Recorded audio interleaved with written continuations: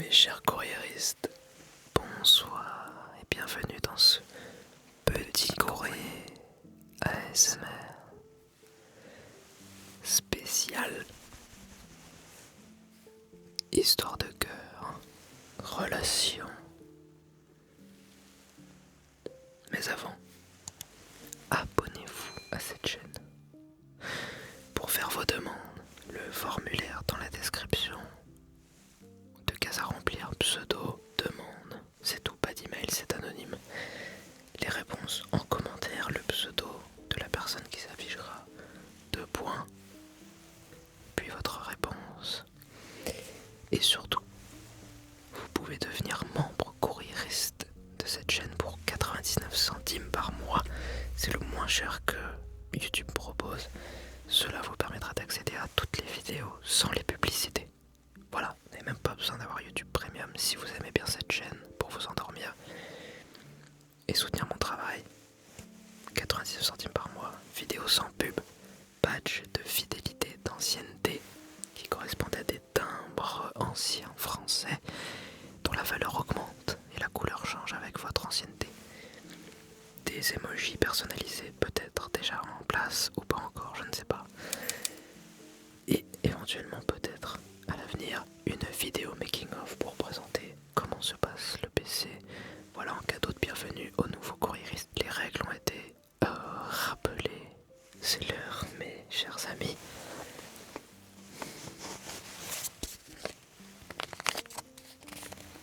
Des courriers du cœur.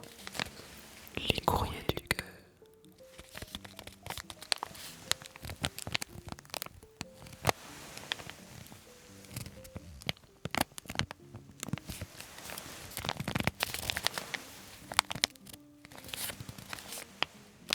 Dans cette enveloppe qui contient le scellé petit courrier.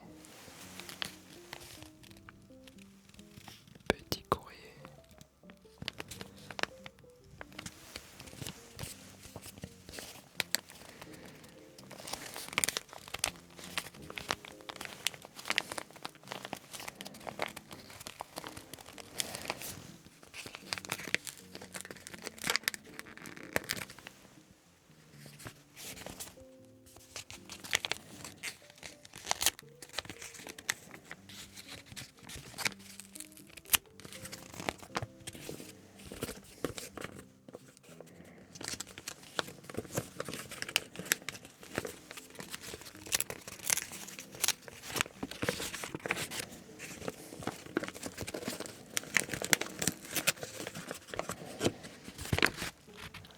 Les voici. Ils sont là.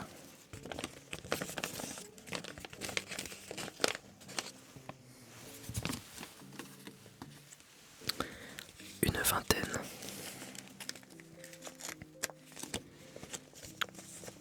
De vos demandes.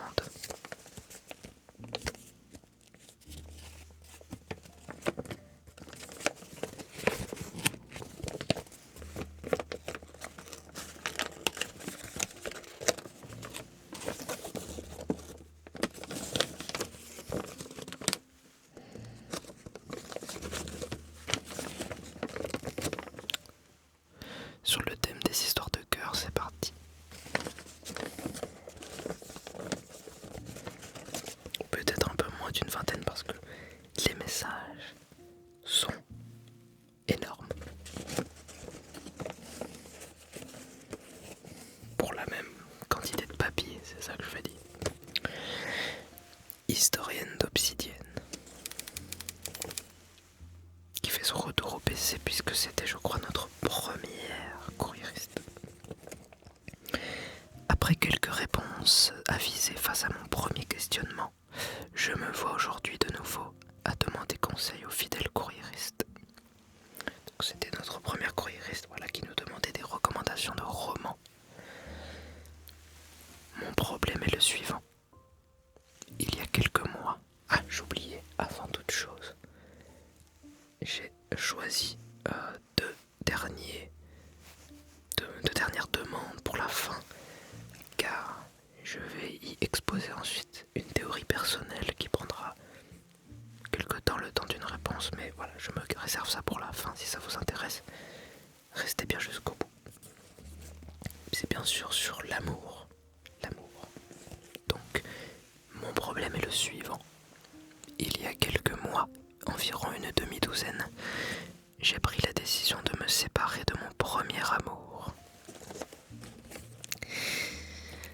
En effet, nous n'étions plus compatibles depuis un certain temps, et sa suspicion, infondée, je préfère le préciser, vis-à-vis de mon comportement envers les autres membres de la gente masculine, rendait la relation insoutenable. Depuis, toutefois, je ne cesse de penser à lui. Malgré moi, il revient dans mes pensées et des images de nos souvenirs heureux viennent me trouver dans les songes comme pour me hanter. J'utilise ce mot bien particulier car, arrivé au réveil, les souvenirs joyeux sont bien vite remplacés par ceux moins cordiaux de notre rupture, où mon ancien amant a montré un tout nouveau visage, en m'insultant de tous les noms et en pariant sur ma vertu, ou dans ce cas particulier, sur l'inexistence de cette dernière à qui voulait bien l'entendre. Je cherche donc un moyen de l'oublier. Ma demande vient également à un moment relativement critique car je me suis très récemment rapproché d'un autre homme, mais la possibilité que cette relation devienne plus tendre me tend et ouvre mon esprit à se demander si mon révolu bien-aimé avait une base sensée dans ses paroles hargneuses. Je m'en remets donc à vous, très cher courriériste, en espérant quelconque conseil affiné. Alors on commence dur, hein. Voilà. Si vous avez une réponse à apporter à Historienne d'Obsidienne, deux points. Votre commentaire, que pensez-vous de la situation? Ceux à qui il est arrivé une histoire similaire peuvent partager également. On veut savoir. Matin de pluie. Bonjour à vous, cher courriériste. Je décide enfin de me lancer dans une demande, après avoir visionné et écouté attentivement chaque vidéo du petit courrier ASMR. Merci. Sans entrer dans les détails plus longtemps, je me lance. J'aimerais faire appel à votre aimable aide concernant un problème affectif que j'ai beaucoup de mal à gérer et accepter. En effet, je suis sujette à la dépendance affective, et ce depuis de nombreuses années. J'en suis tout à fait consciente. Cependant, cela me cause de nombreux soucis au sein de mes relations amoureuses, mais aussi amicales parfois. Afin de vous donner une idée de la personne que je suis, j'essaie en fait de toujours garder le contrôle tant que cela est possible, que ce soit dans mes relations diverses ou juste personnellement. Or, cette dépendance affective est une des rares choses, si ce n'est la seule, qui me domine réellement et me fait perdre le contrôle. Je peux alors devenir totalement différente de ce que je suis habituellement et j'adopte des comportements que j'aurais tendance à qualifier de toxiques pour mes relations. Toxiques. Lorsque cette dépendance affective se manifeste, j'ai tendance à me détester. Je ne suis pas tendre avec moi-même. Je me suis donc dit que vous demander des conseils pour peut-être mieux gérer cette situation pourrait être intéressant. Je vous remercie par avance et je vous prie de bien vouloir m'excuser pour la longueur de ma demande. Bien à vous. Alors, cher matin de pluie, j'ai également été sujet à la dépendance affective. Pendant longtemps, sans que je n'en en soit conscient. Puis, le Covid est arrivé et j'en ai appris l'existence de cette chose. J'en ai donc été conscient. Et effectivement, c'est bien de l'écrire parce que en être conscient, c'est la première plus grosse étape, on va dire. Cependant, cela ne règle absolument rien tant que vous n'avez pas médité avec vous-même. Vous n'avez pas fait votre thérapie. Le conseil que j'aurais donné, c'est faire une petite thérapie qui peut se faire avec soi-même. Pour ma part, ça a été mon cas. Et je peux vous assurer, mes amis, que une fois que vous vous aimez vous-même, c'est un autre monde. Allez, j'expose une théorie qui sera en bonus par rapport à celle de la fin de vidéo, je vous ai dit. Parce que là, quand même, les courriers du cœur, c'est important. Je vais vous exposer ma théorie des verres d'eau. Imaginez un verre. Ce verre, c'est vous. L'eau que l'on met dedans, c'est de l'amour. On a tous un verre plus ou moins rempli. Le fait qu'il soit rempli d'amour, ça peut être de l'amour. C'est de l'amour envers soi, envers les autres, les amis, la famille, les partenaires, les gens, la nature, vraiment. L'amour. Lorsque l'on est en dépendance affective, notre verre est pas très rempli et on demande aux autres verres d'eau. On fait en sorte que ces autres verres d'eau nous versent de leur eau pour que notre verre soit plein. Et donc l'idée c'est que quelqu'un voudrait toujours avoir son verre plein. Tout le monde veut être rempli d'amour et être heureux. Sauf que pour remplir son verre d'eau, il y a plusieurs manières. Et la manière qu'ont les gens sujets à la dépendance affective, c'est de forcer les autres à nous donner de l'eau, en fait. C'est ça. En tout cas, c'est ma vision de ma métaphore. Ce qui se passe, par exemple, quand vous êtes en couple, vous avez votre verre d'eau. Le verre d'eau de votre partenaire. Et non seulement vous demandez à votre partenaire, voilà, de vous remplir d'eau. Votre verre est rempli, très bien. Ensuite, vous décidez de donner de l'amour. Donc vous videz de votre verre chez l'autre. Vous videz littéralement votre verre chez l'autre. Du coup, vous n'en avez plus. Vous n'avez plus d'amour puisque vous avez tout donné à quelqu'un. Et du coup, vous lui dites, est-ce que tu peux m'en redonner un peu, s'il te plaît? Il y a une codépendance, tout simplement. Alors que, donc quand on se rend compte de ça, on se rend compte d'une autre chose. C'est qu'il est tout à fait possible de remplir son verre d'eau soi-même. Et c'est seulement lorsque on a réussi à remplir son propre verre d'eau qu'alors il déborde. Et c'est seulement lorsqu'il déborde que l'on décide, que l'on devrait décider, non pas de gaspiller cette eau partout, mais de donner l'excédent qui déborde à ce partenaire. Ça revient à dire, il faut s'aimer soi-même avant d'aimer les autres. Il faut d'abord remplir son verre d'eau à ras-bord et c'est seulement ce qui déborde. Ou alors, une petite partie de ce qu'il y a en haut, même s'il ne déborde pas, que l'on décide de donner à quelqu'un d'autre. Mais il faut jamais donner la moitié ou les 3/4 à quelqu'un d'autre pour ensuite se voir réclamer la même chose.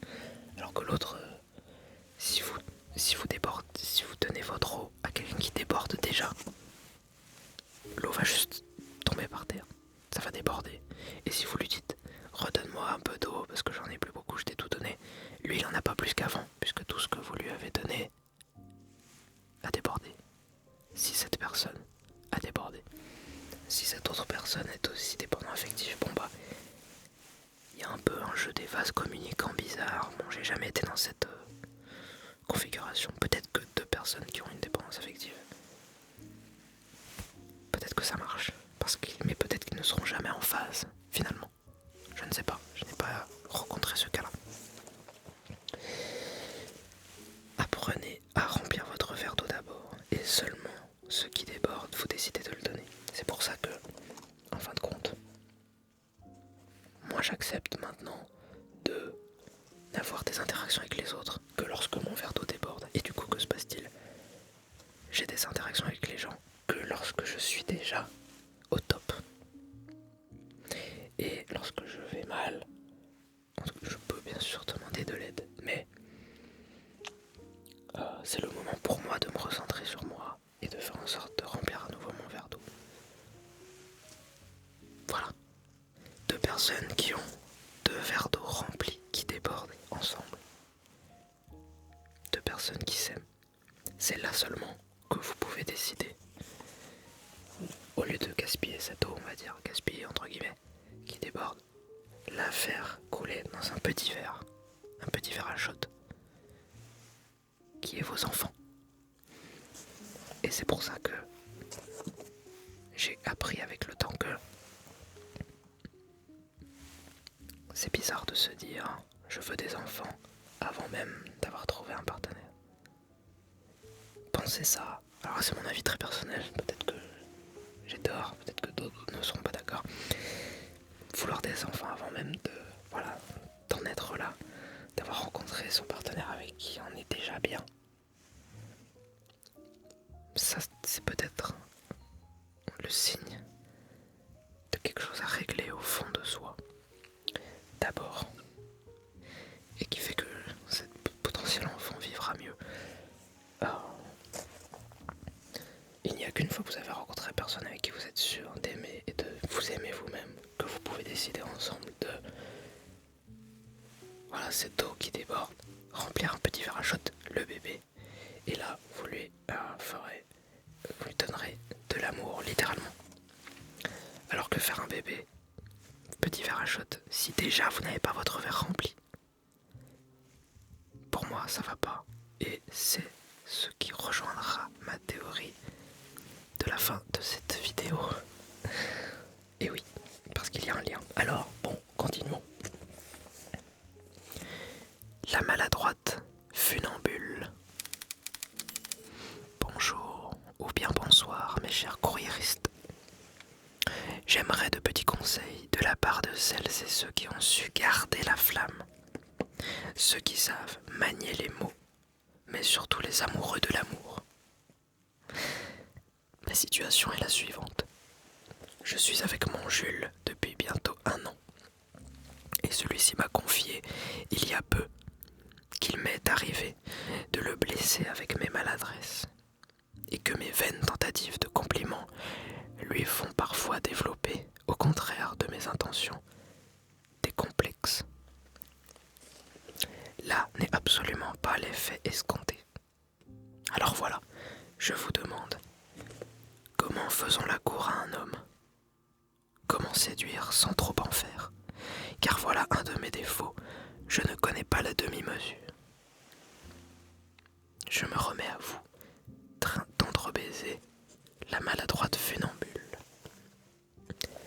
Alors, bon là je ne vais pas m'étaler 1000 ans, mais si vous en commentaire avez une réponse à apporter, la maladroite funambule de points, votre réponse. Courrier du cœur suivant. L'aurore se lève. Que nous avons déjà reçu, me semble. Bonjour mes chers courriéristes. Ah oui, ça me revient. Je vous écris encore une fois pour une nouvelle question d'amour, plus joyeuse cette fois-ci. Me voilà désormais heureuse et en couple avec l'homme dont je parlais dans mon précédent courrier. Elle nous parlait de son amour pour son meilleur ami. Elle ne savait pas s'il fallait lui dire ou pas comment lui dire quelles étaient les issues de cette situation. Bon, elle est enfin en couple avec cette personne. Est-ce que on peut dire que le petit courrier a réussi à former un couple j'en serais ravi.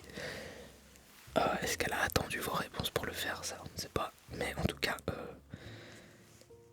elle est en couple avec cette personne qu'elle convoitait au courrier précédent. Ayant emménagé près de Lyon il y a quelques mois, mais ne connaissant toujours pas fort bien la ville et ses alentours, je me demandais si des auditeurs ou des auditrices auraient connaissance de lieux où je pourrais emmener mon cher conjoint dans le but d'un rendez-vous amoureux. Je suis ouverte à toutes les propositions, que ce soit une activité comme une balade ou un repas. Tendrement, L'Aurore. Alors moi, la seule chose que j'ai retenue géographiquement de Lyon, c'est le Gros Caillou. Le Gros Caillou. Voilà. Après, il y a le musée des miniatures, et du cinéma et des miniatures, qui est incroyable. Mais c'est un musée. Voilà, en tout cas, très bel endroit pour faire un date. Mais bon, vous êtes déjà en couple. Ce qui ne vous empêche pas de vous cultiver ensemble. Et j'adore les maquettes, alors forcément là-bas. Requin souterrain. Chère lectrice, c'est à vous que je m'adresse ce soir. Néanmoins, vous pouvez m'apporter votre point de vue également, jante masculine. Voilà ma problématique.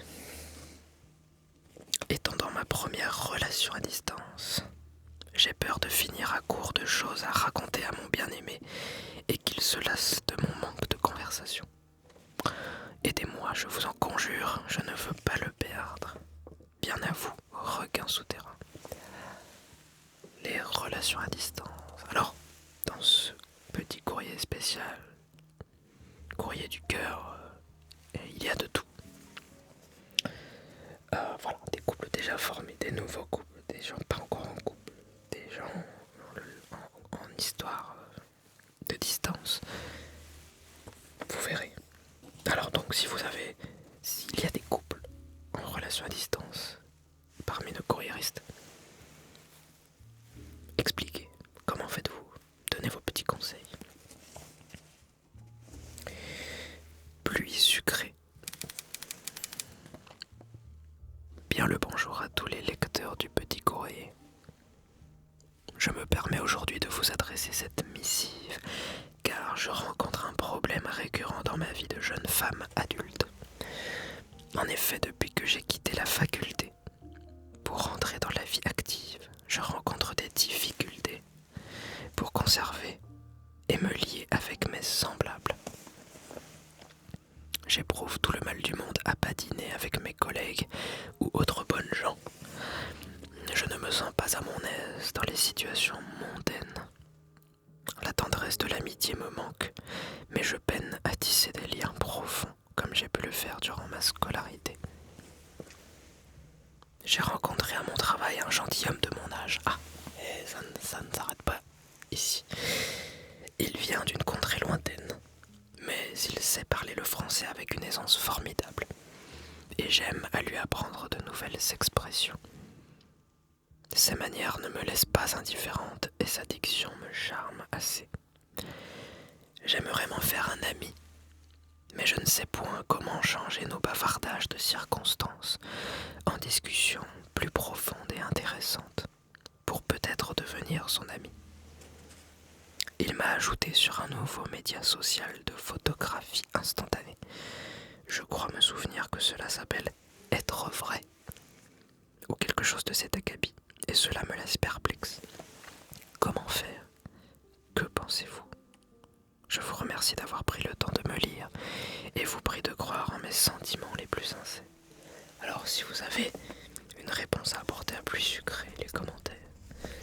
Moi j'ajouterais que comment ça s'appelle? Ce réseau social, ce média social de photographie instantanée, Be Real. Absolument pas fan de ce concept qui s'appelle être vrai, alors que toutes les fois où j'ai entendu parler de cette application, c'est lorsque je suis avec mes amis en pleine conversation profonde et que d'un seul coup tout le monde s'arrête, se saisit de son téléphone pour faire ses photos qui se ressemblent toutes.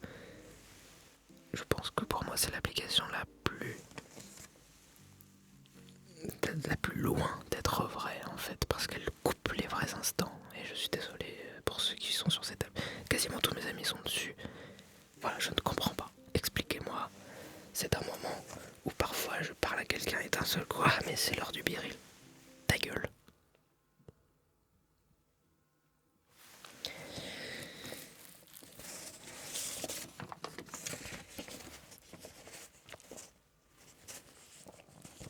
C'est sorti tout seul. Le cœur voyageur.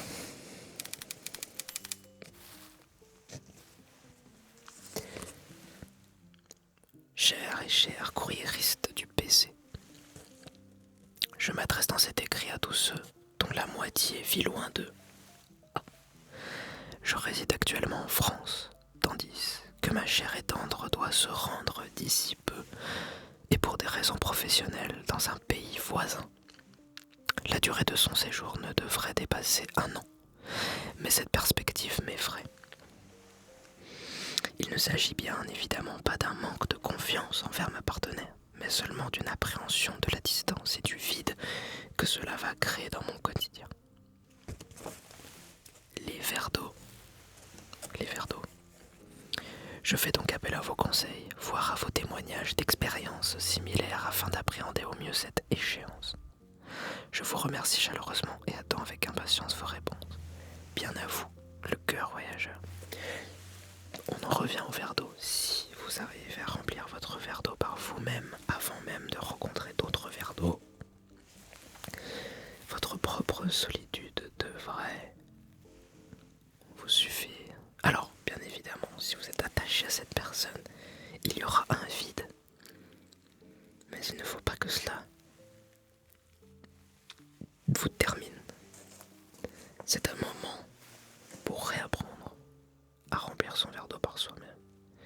Ce qui n'empêche absolument pas, au contraire, de déborder et de lui écrire des lettres. C'est le moment d'essayer de nouvelles choses aussi que la distance permet, par exemple. Mais qui suis-je pour répondre? Je n'ai pas été en couple depuis des lustres. Donc, à vos réponses. La jeune muse d'été.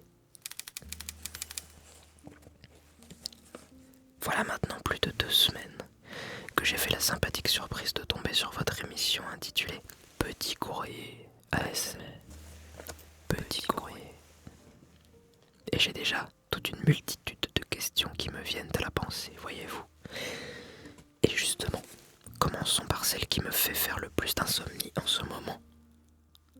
Car c'est ça le but de cette chaîne, vous poser les questions qui vous empêchent de dormir. Cela fait maintenant plus de 7 semaines que j'ai fait la rencontre d'une nouvelle élève à mes cours de théâtre d'improvisation. Et je pense ressentir des sentiments envers elle, voire que j'en suis littéralement tombée amoureuse. Alors, au début en lisant ce courrier, j'ai pensé que cette personne était professeure et qu'elle parlait d'une de ses élèves. Mais non, elle est élève également. C'est précisé par la suite. Donc une personne a priori de même âge environ. Mais voyez-vous très cher, le problème si présent est que je n'ai pas beaucoup d'expérience sur comment séduire de manière discrète, mais quand même efficace. Aussi j'ai peur que les sentiments que j'ai envers elle ne soient malheureusement pas réciproques, ayant déjà eu à plusieurs reprises le cœur brisé en miettes par de vils radeaux par le passé, et ayant peut-être des traumatismes par rapport à cela. Auriez-vous, cher courriériste, des conseils efficaces qui pourraient faire d'elle ma toute première amante bien-aimée à la jeune demoiselle que je suis? Je tiens quand même à préciser que j'ai bientôt 14 ans. J'attends avec impatience vos douces réponses. Les verres d'eau. Les verres d'eau. Comment à 14 ans on peut avoir déjà été brisé par plusieurs radeaux et un traumatisme? Enfin, c'est possible, hein, mais c'est fort dommage. On va en revenir aux dernières questions. Je vous assure que le puzzle va se terminer. Donc si vous avez une réponse à cette jeune muse d'été, les commentaires. Nymphe gourmande. cher courriériste. Je me trouve dans une situation dont je ne sais me dépêtrer.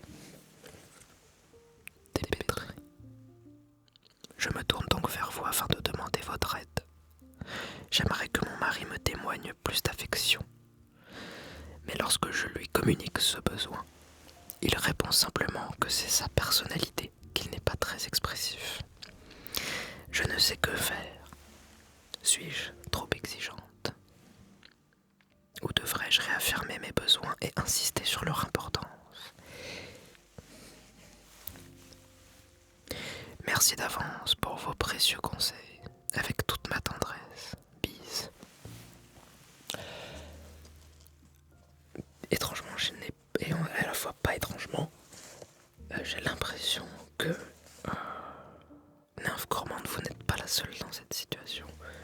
Et Marie de Nymphe Gourmande, j'ai l'impression que vous n'êtes pas le seul à être comme ça non plus.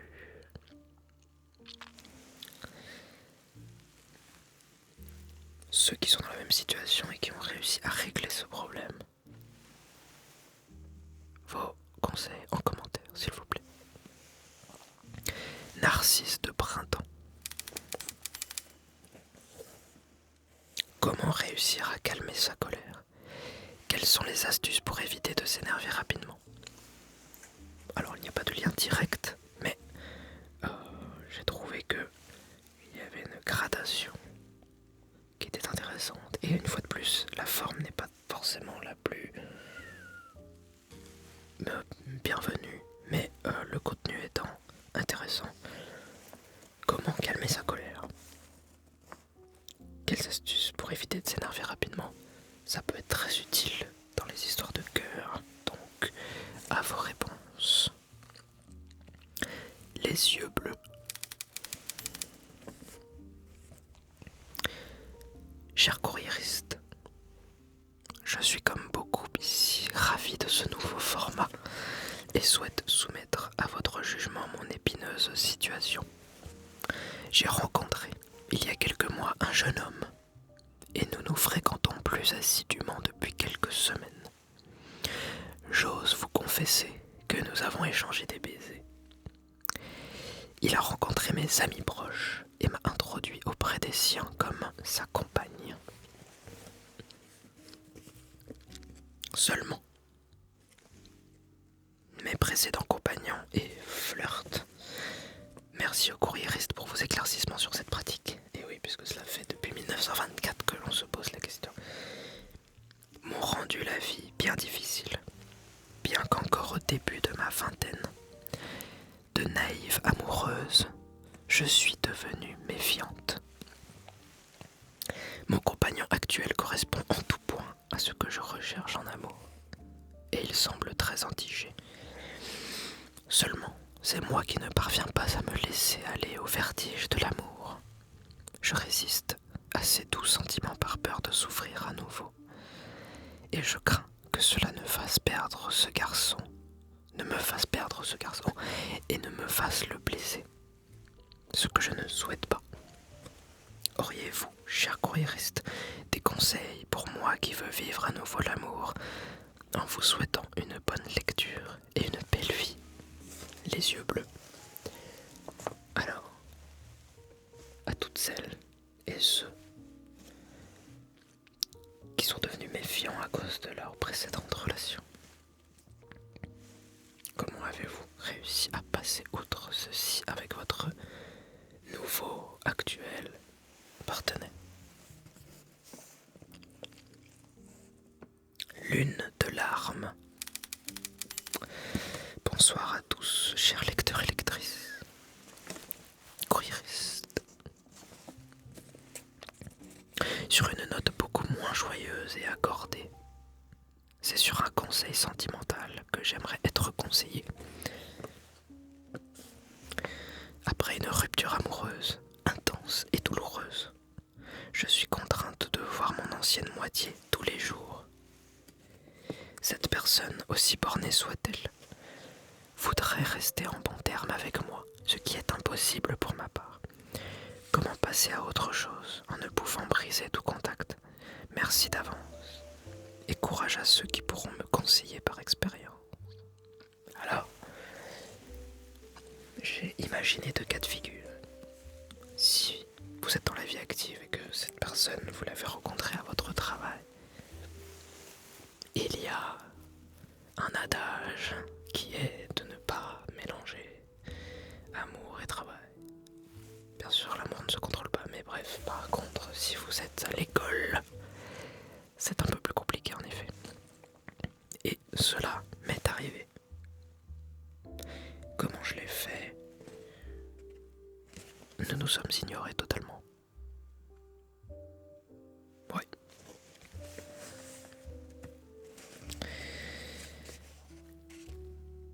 Alors, nous arrivons avec les 2 derniers courriers dont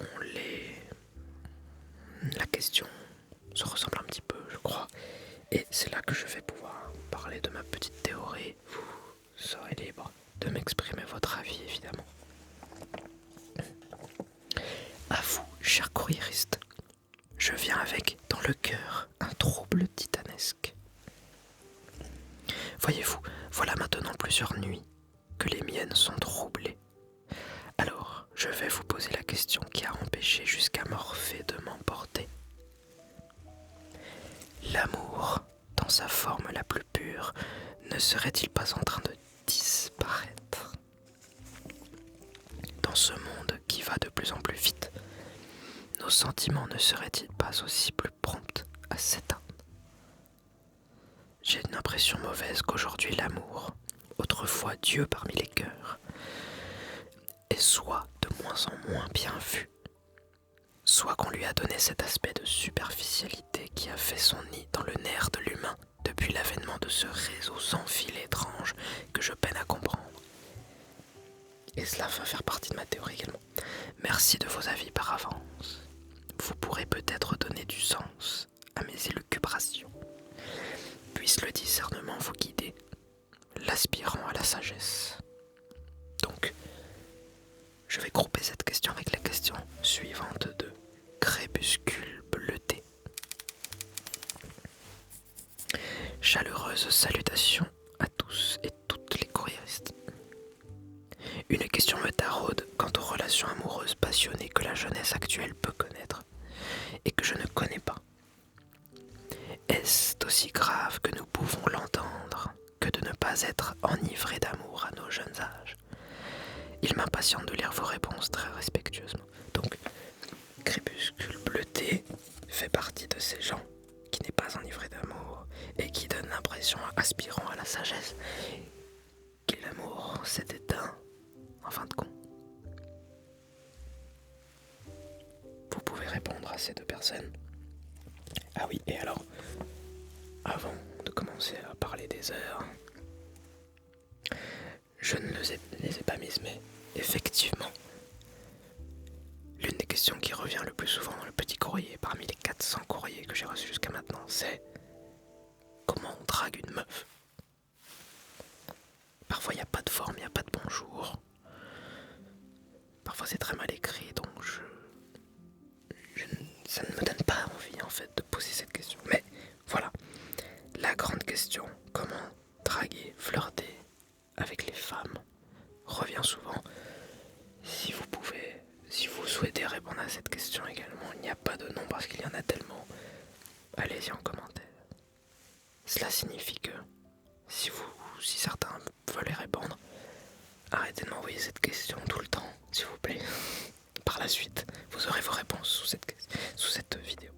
Sachant que, moi, mon avis, aussi pour mon avis qui fait que je n'ai pas spécialement choisi de publier ces questions, c'est que tout le monde est différent. Donc, il n'y a pas une manière de draguer tout le monde. Puisque chaque personne va être réceptive à différents types d'humour, d'activités, etc. De personnalité. Et ensuite, les conseils qu'on vous donnera ne vont peut-être pas forcément correspondre à votre personnalité. Et l'idée, c'est d'être vous-même. Vous ne voulez pas rencontrer quelqu'un qui soit attiré par une personnalité que vous n'êtes même pas. Donc, s'il vous plaît, restez vous-même simplement, courtois. Et si ça ne marche pas, c'est simplement que la personne en face n'est pas celle qu'il vous faut.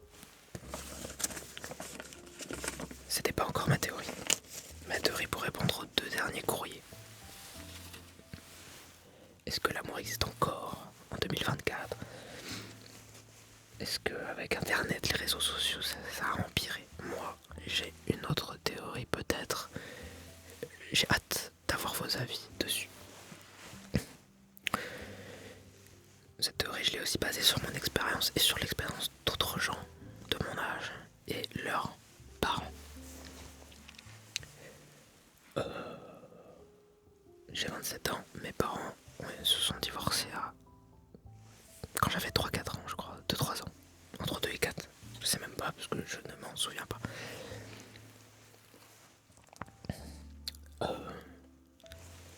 J'ai remarqué que, et donc ils m'ont eu assez jeune, je crois, en tout cas j'ai un grand frère, donc ils l'ont eu encore plus jeune. Ce qui fait que, voilà, nous avons 2 parents qui se sont rencontrés, qui ont rapidement donné naissance à nous-mêmes et ensuite qui se sont séparés. J'ai remarqué que ce schéma était très répandu dans la génération de mes parents. Voilà, je l'ai vu. Et je me suis dit, c'est bizarre. Ensuite, quand on regarde la génération encore avant, donc mes grands-parents, nos anciens, eux pour le coup, ils ont l'air de rester jusqu'à très tard ensemble. Il y a moins de divorces chez les grands-parents, j'ai l'impression. Voilà ma théorie. Jusqu'à la génération de nos grands-parents. Et eux-mêmes, les gens se rencontraient dans leur village, là où ils habitaient. Je parle vraiment de manière générale, attention, je fais des généralités, évidemment, ce n'est pas le cas pour tout. Mais de manière générale, les gens se rencontraient là où ils habitaient, dans leur village, au pal du village. Et les gens ne déménageaient pas constamment. Les gens habitaient en famille, c'était la même famille au même endroit, les fermes, etc. En France, après voilà. Donc eux, c'est simple, ils se rencontraient là où ils étaient et ensuite ils restaient ensemble parce que c'était aussi peut-être pratique, mais il y a des gens qui s'aimaient très certainement là-dedans. Jusqu'à nos grands-parents qui font partie encore de cette génération. Mais ensuite, il y a la génération de nos parents qui ont eu accès à toute la France, dans le sens où cette fois-ci, c'est beaucoup plus facile de rencontrer plein de gens. Donc facile de se mettre en couple très tôt avec quelqu'un et de faire des enfants, alors même qu'on n'a pas fini de remplir son verre d'eau. Voilà.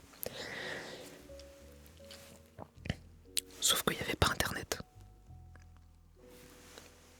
Et avant Internet, il me semble que faire une thérapie, voir un psy, ou parler de ses problèmes de manière anonyme, en général, c'était beaucoup moins répandu.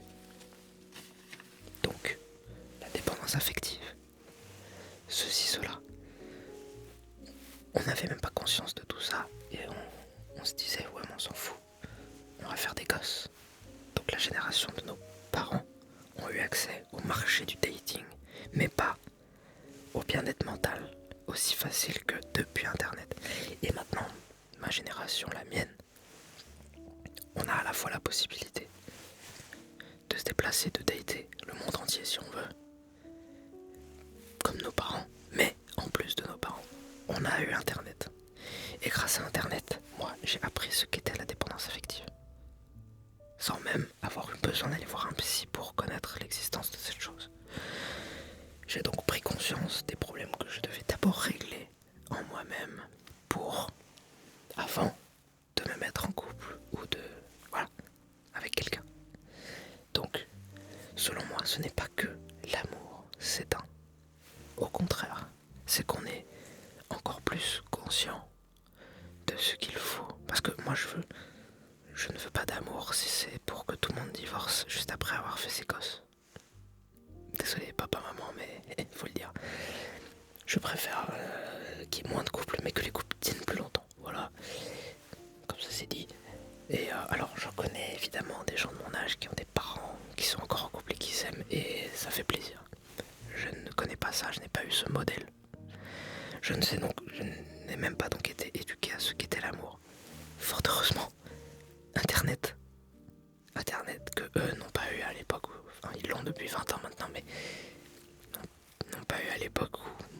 je suis né en tout cas. Et donc moi je pense que depuis l'avènement de ce réseau sans fil, au contraire, nous avons enfin plus facilement les clés pour comprendre ce que c'est que les relations entre les humains. Peut-être